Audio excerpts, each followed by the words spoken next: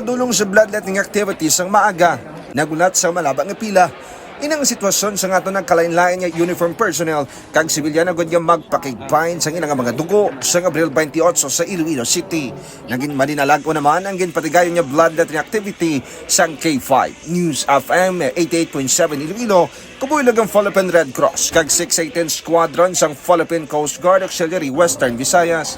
Ang programa nga kampyon nga serbisyo Dugo para sa kapwa ko. Ang pamagi sa K5 News FM nga makabulig sa Philippine Red Cross nga makatipon sa mga dugo para mabuligan ang mga nagakinahanglan sini nga mga pasyente.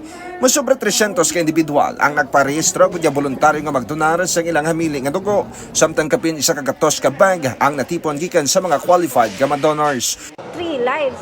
No, 3 lives ang pwede mga buligan is because blood is being prepared into components wherein nga pwede ta makahatag sa PAC-RBC, platelet, kag plasma sa aton nga patients, different patients with different disease condition.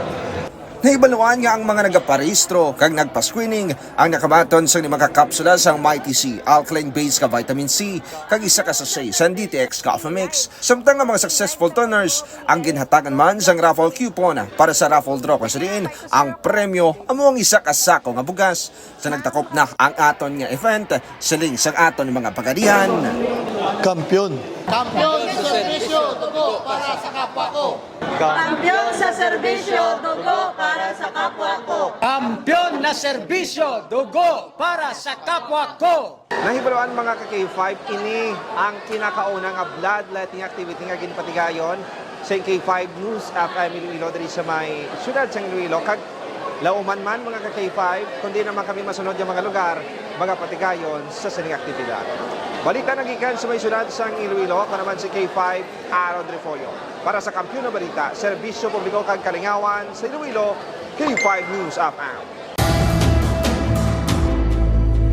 Ang ining balita ang ginadulong sa inyo sang DTX Coffee Mix. Himo sa natural nga sangka pareho sang amarkuso, chia seeds, sugared cane extract powder. DTX Coffee Mix. Nakakapi ka na, naka-detox ka pa. DTX Coffee Mix. Mabakal sa mga butika.